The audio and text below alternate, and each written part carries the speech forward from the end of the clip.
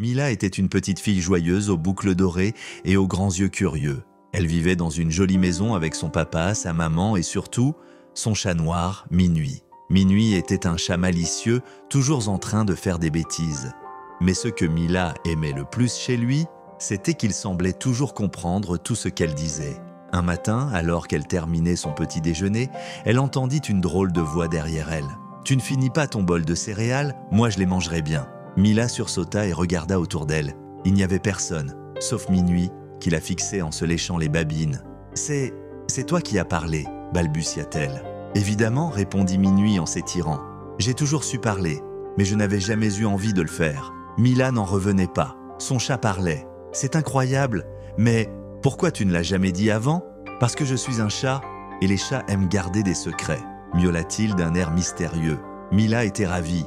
Elle pouvait enfin discuter avec son meilleur ami. Mais très vite, elle se rendit compte d'un petit problème. Minuit ne pouvait plus s'arrêter de parler. Il commentait tout. « Mila, tu as mis ton pull à l'envers. Ah, et tu as une tache de confiture sur la joue. Oh, regarde cet oiseau par la fenêtre. Il a une plume de travers. » À l'école, Minuit ne voulait pas se taire non plus. Il s'était caché dans son sac et chuchotait sans cesse. « Dis donc, ton professeur parle beaucoup.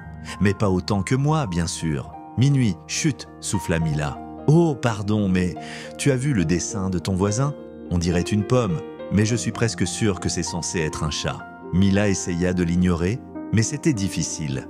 Même la nuit, alors qu'elle était sous sa couverture, Minuit continuait à discuter. « Tu crois que les étoiles brillent parce qu'elles aiment être regardées ? Moi, j'aime bien être regardée. Je suis très élégant, tu ne trouves pas ?» Mila aimait beaucoup Minuit, mais elle avait besoin d'un peu de silence. Un jour, elle décida d'avoir une discussion sérieuse avec lui. « Minuit, tu es mon meilleur ami et j'adore parler avec toi. Mais parfois, j'ai aussi besoin de calme. » Minuit cligna des yeux et réfléchit. « Tu veux dire que je parle trop ? » ?»« Oui, mais ce n'est pas grave, » dit Mila en riant. « On peut parler, mais aussi apprécier le silence de temps en temps. » Minuit soupira, puis fit un long bâillement. « Tu as raison, Mila.